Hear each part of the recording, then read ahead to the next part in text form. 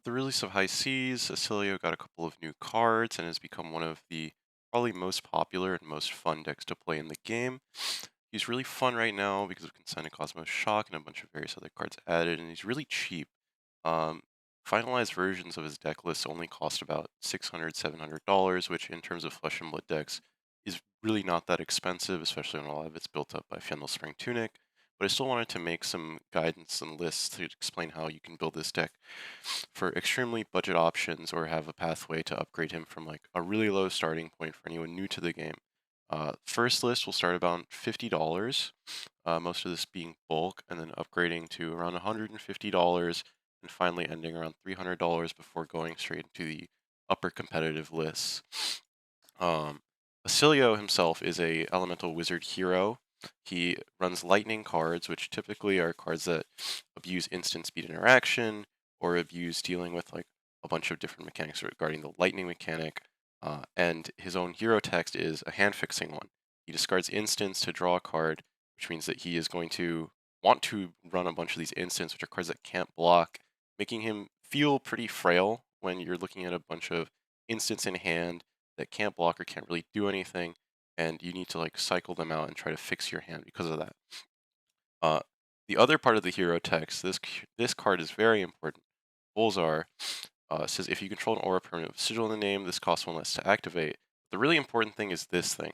Once per turn instant, pay 1. Amp X, where X is the number of lightning cards you played this turn. This means that playing a bunch of lightning cards in a turn will cause Volzar to amp like a bunch to your next instance of arcane damage you would do, and you'll play one of these spells or enders that will get amped by Volzar and do a ton of damage. So this in theory would make every 0 for 4 if they have Go Again and their lightning. It in theory makes them a 0 for 5. And one point of that being arcane damage, which is really hard to evade in most decks, because most decks can only run Arcane Barrier, they're not going to be able to like easily avoid it. Um, for context, in case you haven't seen Arcane Barrier before, whenever you throw something that says Arcane damage on it, it'll say deal 3 Arcane, deal X Arcane. The only way you can evade it is if the opponent has a form of equipment or something that says Arcane Barrier, where they can pay for each point of damage that would be dealt. Uh, so this means that arcane damage typically ends up being underrate. You can only deal 0 for 3 for Etchings of Arcana. This is a zap, as is called in the community. So it's really hard to get overrate arcane typically, and wizards like usually want to be finding a turn where they can suddenly throw a big overrate arcane. Volzar does this really well and forces you to balance the deck really well, because you end up playing a bunch of these sigils that will amp Volzar. A lot of them will be lightning, and a lot of them will like allow you to just activate Volzar for free, making like a lot of these turns every single lightning card just gets +1 value for free if you're able to find the spell ender. Some of our spells, mainly Etchings of Arcana, also have surge effects, meaning that when they deal more than the base amount of damage to an opponent, you'll get an extra effect. Etchings is very strong. For a common, it just says return an aura with sigil in its name from graveyard to your hand. And as you see, sigils are like already really important. They'll +1 Volzar. They'll make Volzar free. Um, and this deck is basically built purely around them at the budget angle, because this card, Blast to Oblivion, goes absolutely crazy with instants and sigils. It's 0 for 4, block 2, but the text is absolutely insane. When it attacks, the next time you play an instant card, you'll get to return a target aura permanent with cost 1 or less, or a target aura token. So what this means is that you'll have cards like Sigil of Brilliance, like the Oscilio specialization, that in itself is crazy. It says at the beginning of your action phase, destroy this, and whenever it leaves the arena, draw a card. The when this leaves the arena text is really important because all of these sigils will do something when they leave to create extra value. Sigil of Brilliance saying draw a card is absolutely insane because if you have an embodiment of lightning token, getting go again on Blast to Oblivion, and you're able to do something like Sigil of Brilliance, Blast to Oblivion, instant, you're able to do you get +1 from Sigil of Brilliance, you get +1 from Blast to Oblivion for Volzar Amp, and then the instant will cause Sigil of Brilliance to bounce back to your hand, and you'll draw a card. And if you have more instants or whatever, more things that you can do, you're able to continue getting Volzar Amp until you can throw a spell ender, convert it to some overrate arcane, and make your turn become like go from looking really underrate to really overrate and being really hard to avoid because a lot of the damage or like half the damage you'll deal will just come from arcane damage, which is really hard for people to prevent more than 3 of at any given time unless they're running cards like Oasis Respite or Arcane Compliance, which are like specifically built just to try to stop these kinds of things. But that's the core idea of the deck list. The $50 budget version is built around having 9 of these Blast to Oblivions and 12 of Sigils. This is mainly for the budget restraints. Sigil of Brilliance is probably going to be the most expensive card in the deck. It is currently $12. It used to be very cheap during Rosetta season and might go up more depending on how popular this character is, but it's strongly recommended as the pickup because this is one of the things that will it's one of the key cards that makes Oscilio feel like Oscilio. Uh, with the release of High Seas, we've also got Consign Cosmos Shock. This card is absolutely insane. It makes small hands with Blast to Oblivion and Sigils convert really well because you have free instant speed arcane. The Consign side almost will never matter, unlike these other two shocks that we have. But getting a free shock is really good because you'll have something like if your hand can just be Blast to Oblivion, Consign a Cosmos Shock, and this sigil called Sigil Connectivity. Sigil Connectivity will stick around on the field until you take arcane damage, and in a lot of matchups where your opponent's not dealing arcane damage, basically anything that's not a Rune Blade or a Wizard, this is just going to stick out in the field forever and make Volzar free permanently, but it also has the benefit of making an embodiment of Lightning token when it leaves. So if you have this on the field already from a previous turn, you have Blast to Oblivion and Consign a Cosmos Shock in your hand after having to be forced to block out or not able to use the rest of your hand very well. You're able to play Blast to Oblivion, Shock. The Shock will cause the Blast to Oblivion trigger to appear in response. So that will make the Sigil of Connectivity bounce from the field to your hand, and then you'll be able to replay the Sigil of Connectivity. Uh, so you'll have an embodiment token generated off the Blast to Oblivion trigger that returns the connectivity to hand, and then you'll be able to play this again. So that means you will get +1 to Volzar from Blast, +1 to Volzar from Shock, and +1 to Volzar from playing Sigil Connectivity again. And then you'll be able to amp Shock to deal 4 Arcane. So this hand goes from like pretty bad to 2-card 8, where 4 of it is arcane damage, and you also generate an embodiment of lightning token, meaning that you can string together some crazy turns if you see multiple of these blasts, or like multiple blasts plus sigil of brilliance, or like things that would convert really well. Embodiments are really important since they're going to be the main things giving your Blast to Oblivion go again.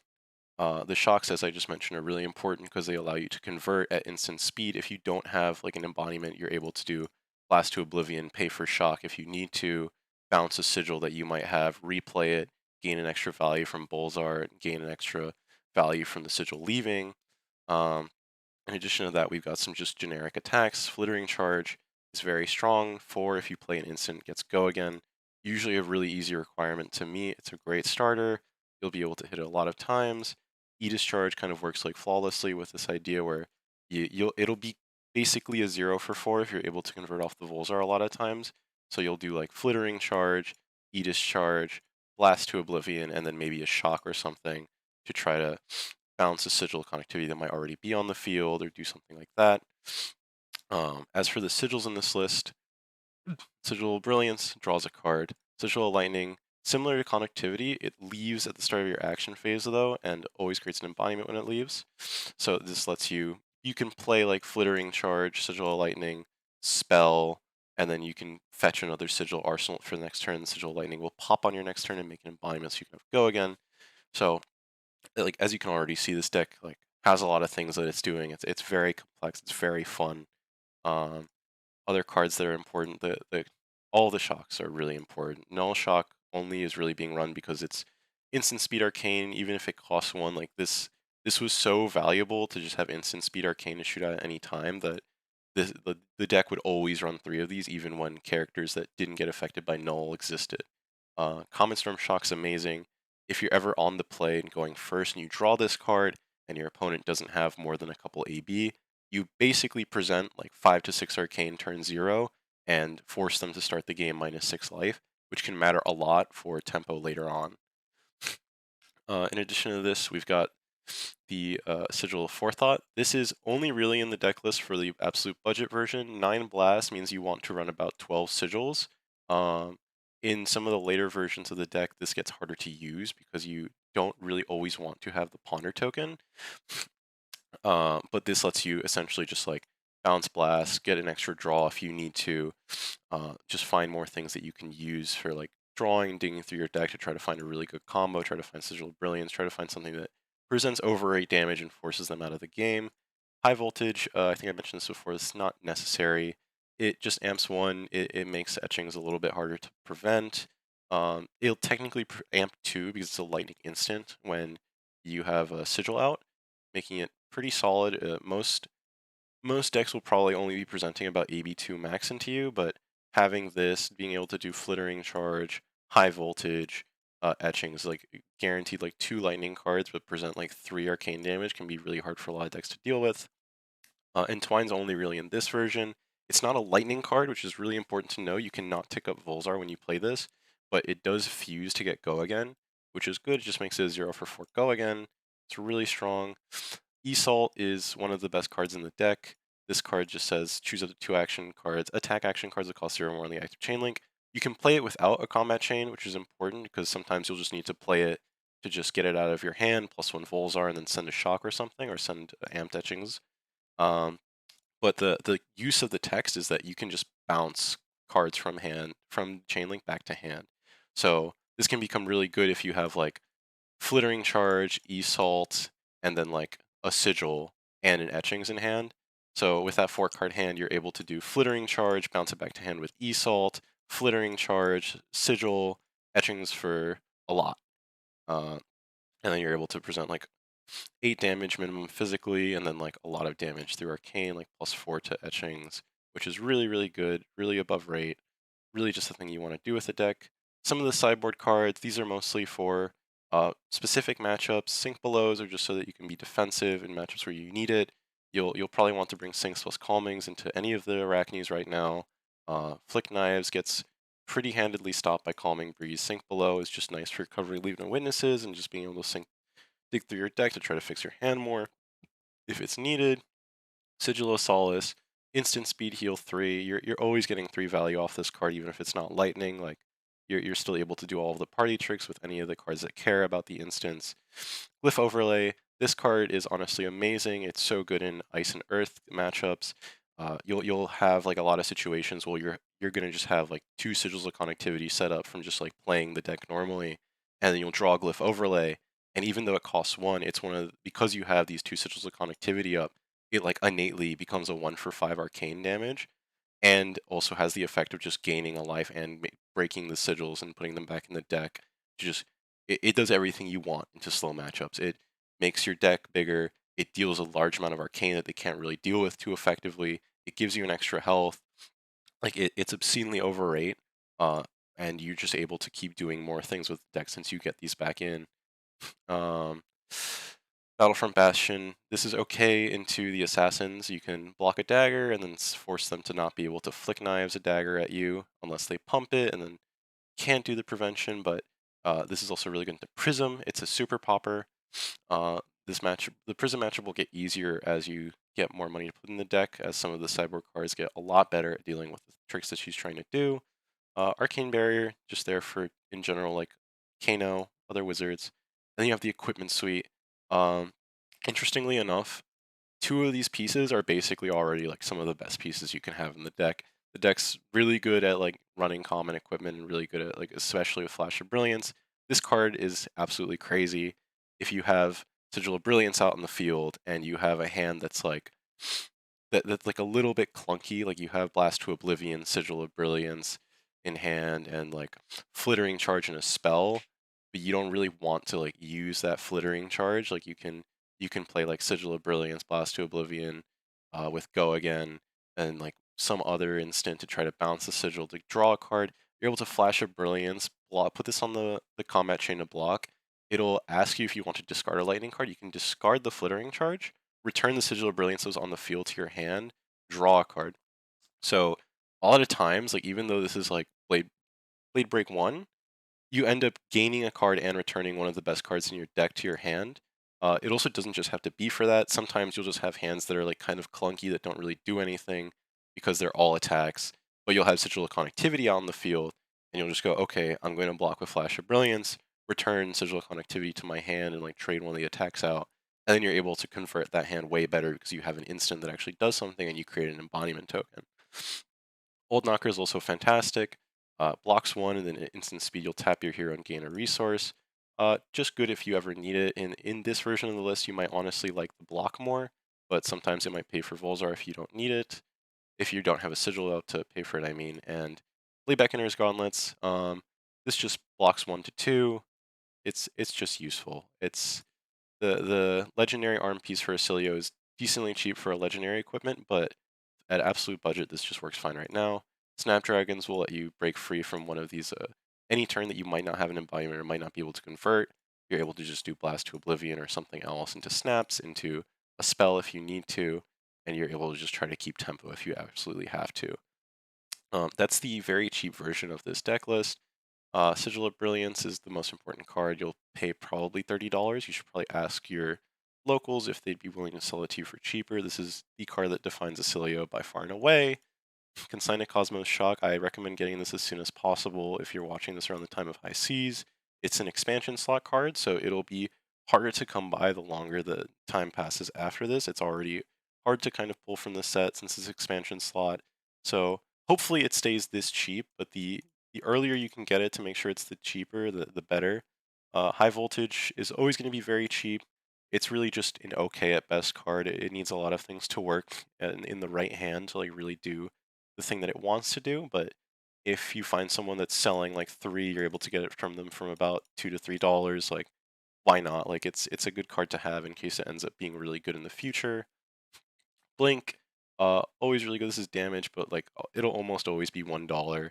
It's just blue, instant speed, gain an action point, fixes your hand if you don't have an embodiment, lets you still do things with lightning instant speed, lets you do a bunch of party tricks. Null Shock, this is one of the instant speed arcane outlets. Always going to be good. Probably going to be around $3 to $5 for a while. Recommend putting like $10 to $15 to pick it up.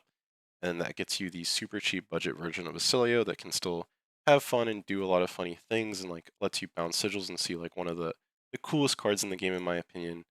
And then this leads up to the actual budget list. This is about $150. This is probably really close to the actual full strength of Oscilio. Like, I think this versus the $600, $700 list are probably only about 10 points in every matchup from like the full strength. Like, you're only losing a little bit. I think you can definitely pull up to an armory with this version of the list in 3.0. You can definitely do really well with this version of the list. But the main differences are, well, we've got Gone in a Flash. Gone in a Flash is probably the best card in the deck. Maybe one of the best cards in the deck. It's definitely up there. It's a very good card. It's a lightning attack action that's 0 for 4, blocks 3, so on rate with a wounding blow, and then the text is really important. When this attacks, the next time you play an instant card this chain link, you may return this to the owner's hand. So basically what this means is that every time you play an instant, Gone in a Flash basically didn't cost a card out of your hand. It only, or it didn't cost 2 cards out of your hand. It costed only the one. So where Flittering Charge plus Sigil of Brilliance would cost both of these 2 cards from your hand and deck, Gone in a Flash plus Sigil of Brilliance would just be only the Sigil of Brilliance. Gone in a Flash gets to return to your hand after the chain link resolves, and then you're just able to, well, it returns the moment that you play the instant, which at least is some combat tricks, but this is for a different time.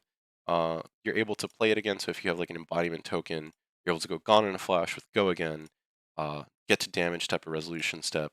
They take 4, you play Sigil of Brilliance, then Gone in a Flash bounces back to hand. If you have another instant in hand, you go Gone in a Flash for 4, and then you go Sigil of Connectivity, Gone in Flash returns to hand, and you get to arsenal it, and then you're able to present a 3-card 8 that amped 4 because of the fact that you're able to play Gone Instant, and if you're able to convert it, say with like Consign or something, then it gets to convert for even more above rate damage. So Gone in a Flash becomes like absolutely like insanely good in doing like mid-range game plans. You're able to do like a lot more things more flexibly with a lot of your sigils, and then it partners insanely well with this card Lightning Greaves, which is like strongly recommended. This is probably like the when Aurora was out, this card was pretty expensive because of the fact that she existed and she always wanted to run it because the stats on it are really good. But this card was basically made for Oscilio. Like this text instant destroy this instant cards you play this turn get go again goes absolutely crazy because you'll have a hand that's like Gone in a Flash plus 3 instants plus a spell and no embodiment. And that turn that like kind of just becomes like, okay, I can do like 3 instants and then send the spells for an amped value or something like that. You get to go Gone in a Flash, wait until damage step, then break Old Knocker, break Lightning Greaves, get go again on every single instant you play. Gone, Discharge, Gone for 7, Gone, Sigil of Brilliance, Gone, Sigil of Connectivity, then like Etchings of Arcana, amped by every single like Gone that you played, every single instant that you played, which should be around like +6 if they were all lightning. So then you're just able to present like a ton of damage and then a ton of physical damage and then a ton of arcane damage and find a bunch of tempo and then basically just force them out of the game from that point. Um, yeah, Gon ends up being really important in both the combo and other game plans. It's also part of some of the most broken combos with Blast to Oblivion because you're able to do things like if you have Gone in a Flash, Sigil of Brilliance, Blast to Oblivion, Esalt, this hand is like absolutely insane because you're able to go Gone, break Lightning Greaves, Sigil of Brilliance, get Gone back into hand, Blast to Oblivion, Esalt the Blast to Oblivion back to hand, the Blast to Oblivion trigger makes Sigil of Brilliance bounce back to hand. When that happens, you draw a card from the Sigil of Brilliance, and then the Chain Link resolves and Blast to Oblivion comes back to hand. So from that 4 card hand, the only card you really lost outside of the Lightning Greaves was Esalt. You get to play Gone in a Flash and Sigil of Brilliance again. If you drew another instant, you get to play Blast to Oblivion plus instant to draw another card. Like it becomes insanely overrate value. And if you have a spell ender for it, like it becomes really difficult for your opponent to find tempo back from the game. Aside from Gone, probably the most important upgrade after just getting the core shocks and everything, we've switched out Sigil of Forethought for Sigil of Aether. Sigil of Aether is also an insanely good card. This card says at the beginning of your action phase, destroy it. When it leaves, deal 1 arcane damage. If damage dealt that way, amp 1. This becomes really good in place of Sigil of Forethought because when you have Gone in a Flash in the deck, if you ever see Gone in a Flash early, it basically ends up living in your arsenal. It's so good. It always presents value. It always lets you convert instants. It lets you convert small hands really well. You basically end up always having it in your arsenal if you can. Sometimes you get rid of it just because you need to like overextend and you need to force more cards out of them, but it's basically going to live in your arsenal. So exchanging it for this Majestic from Rosetta is really good because this card will also act as another way to just like push arcane damage onto your opponent, and because it's an aura that deals arcane damage, you're able to like if you don't have one of these other spell enders, one of the shocks or one of the etchings, you have Blast to Oblivion plus like a spell or plus an instant or something. You can amp the Sigil of Aether when it attempts to leave because it's free because of Volzar, because it itself is like is a sigil, and then you're just able to present more arcane damage. You're able to convert Volzar more frequently, which is really good. Um, and then aside from that, that's the main changes in the main deck list. In the sideboard, we've added Burn Bear. Burn Bear is also for Earth matchups. Dealing 6 arcane damage is like really good. Sending Tall Arcane is going to be really hard for them to evade, and really good into Prism because you are able to instant speed destroy target cards with Phantasm, and because it doesn't care about attack power, it just destroys the card. They do not have the ability to just send Herald of Triumph and just make you not like if they have if they have Parable of Humility or something that gives you -1, and then they send Herald of Triumph or something. If for some reason they have both of these out, Battlefront Bastion wouldn't pop, but Burn Bear will absolutely pop it because it doesn't care about power at all. It also lets you pop at reaction speed. So a if they send a Herald for 7 and then they try to Angelic Wrath on reaction, make it like 10 or something, Burn Bear just says, yeah, those 2 cards are completely gone from your deck. You'll have to use Phantasmal Footsteps, and because they're also forced to run Phantasmal Footsteps, they lose Arcane Barrier into since they can't run Silent Stiletto, so Arcane damage becomes even better into them, forcing them to deal with our game plan and allowing us to try to find a combo on them before they can find anything on us. Those are the core ideas behind the budget list. Um, and then there's the actual final core. It's around $300, which is still really cheap for the average hero's core. In the equipment side, we've moved off the Blade Beckoner gauntlets and gotten Aether bindings with the third age. It's a really good equipment for Oscilio specifically. It's Battle Worn 1, which is really good. Having the ability to block with an equipment for a wizard is really strong. Um, cover breakpoints and still have this stick around on the field is really good. It has an instant effect where you can destroy it for free until the end of turn. Whenever an aura permanent you control a sigil in its name leaves the arena, amp 1. This has a lot of different tricks associated with it. Sometimes, like most of the time, you'll have like the combo turn, then you'll have 3 sigils out or 2 sigils out. You'll have like Sigil of Brilliance or Sigil of Lightning out, and then these will break. You'll have an arcane damage source in your hand, like etchings, and then you're just going to break Aether Bindings in response to the start of your action phase. Amp 2, and then just send this for like even more value. So this relatively cheap legendary card ends up getting you like 3 value from that like pretty consistently. This is a pretty consistent thing that Aether Bindings is able to convert to. And then aside from that, the core changes to the deck list are uh, this version is more Six Blast oriented. A lot of deck lists currently are not exactly on 9 Blasts. It's a little bit less defensive and not as good as disrupting the opponent, or not as good as at dealing with disruption itself, since Blast blocks 2. But we switch out the yellow etchings of Arcana to Mind Warps. This card is absolutely insane. Your opponent basically always needs to give up a card to this if you're surging it, because it says deal 2 arcane damage to the target hero. If it ever deals more than 2 damage, they have to shuffle their hand into their deck. So pitch deck gets ruined if they're worried about that. And then they draw that many cards -1. So this becomes absolutely insane, because if they basically always have to respect the idea of this card a lot of the time, especially if they care about having more cards in hand. Because if they look at their hand and they're like, okay, this hand has 1 to 2 bricks in it. Like it has 1 or 2 cards that are not like super usable.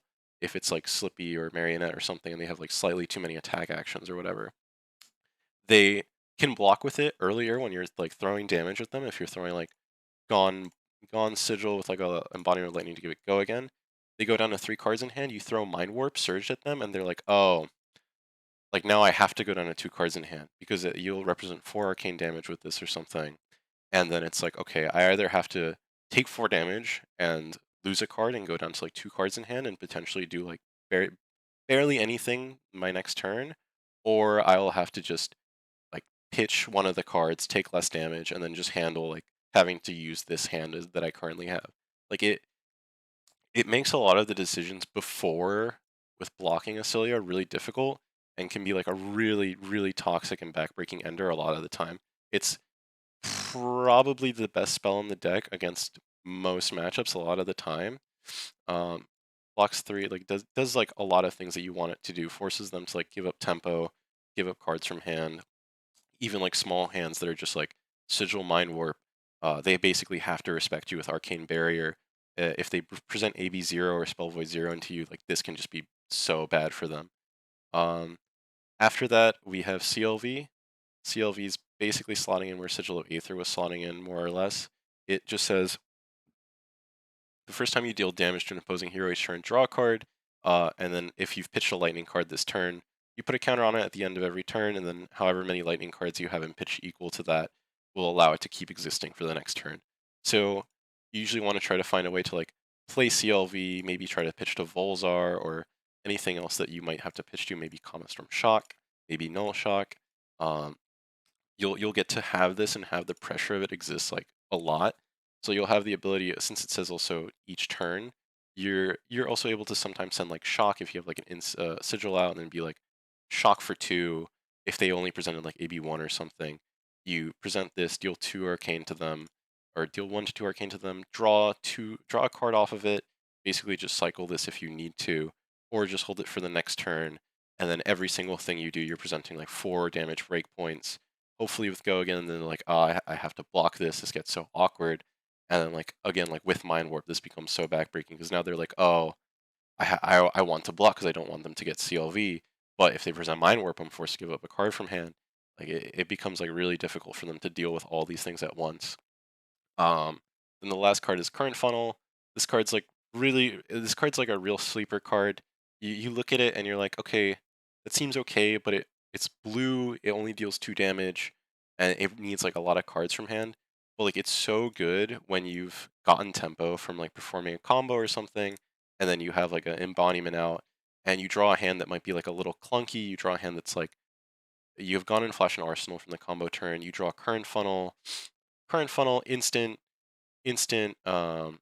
spell, it becomes really good because then you just go gone in a flash, instant, gone in a flash, instant to or gone in a flash, instant, current funnel, gone in a flash, gets to go again from the current funnel, instant, then etchings of arcana or like some other spell amped, and then just like arsenal to gone again. So it actually converts a lot of like really awkward hands that otherwise would kind of just be like gone in a flash, instant etchings into like a lot more value and a lot more Volzar amp, which is really, really good for the deck. In the sideboard, this isn't entirely required. We really only run eclectic magnetism because the text is really good when it lines up, and the fact that it blocks 3 as a lightning card is really good. It sacrifices itself to Flash of Brilliance really well. If you ever have this plus a spell in hand, it becomes really, really good. It was a little bit more comfortable to use when we did not have Consign Cosmos Shock in the list.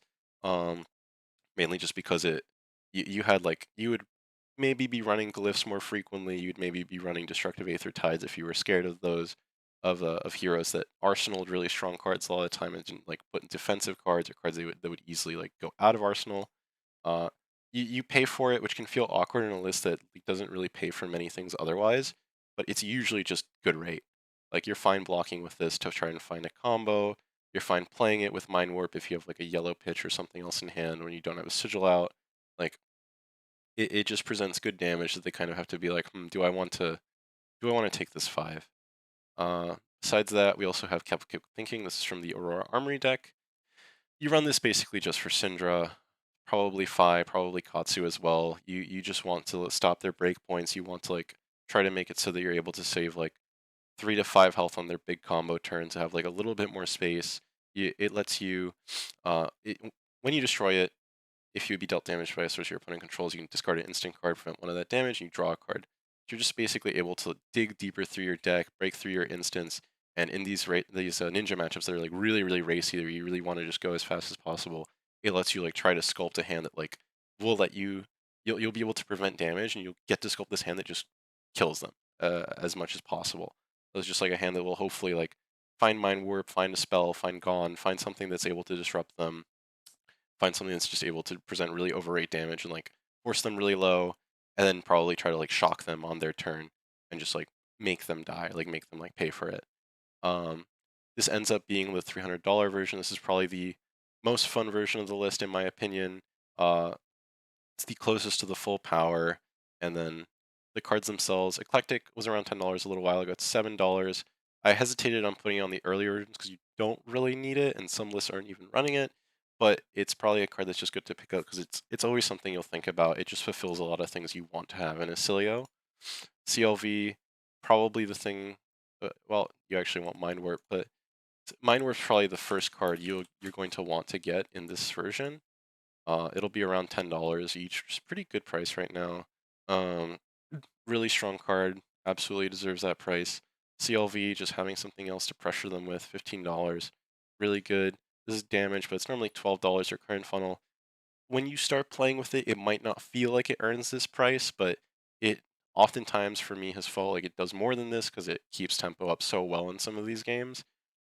Burn Bear, same as a Consign to Cosmos Shock.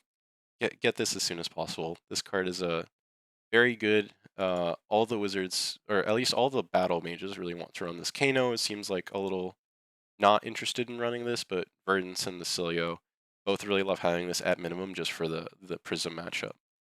And then that brings us to the finalized, like fully built list. This is a calling version of the list. This is what inspired me to make the budget version of the list since it did so well. This went, I believe, 12-1 at the Calling Singapore this just past weekend, and it's basically extremely similar to the Oscilio core that I shared earlier. It just runs 9 blasts instead. It runs some destructive aether tides for dealing with Syndra, dealing with characters like ninjas that want to arsenal aggressive cards like enders and like things that keep their turns really good.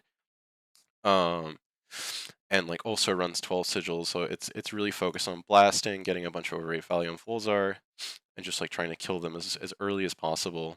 A lot of the same cards. Snag ends up in the sideboard for dealing with assassins. A lot of times this can just be like a blue that like blocks 3.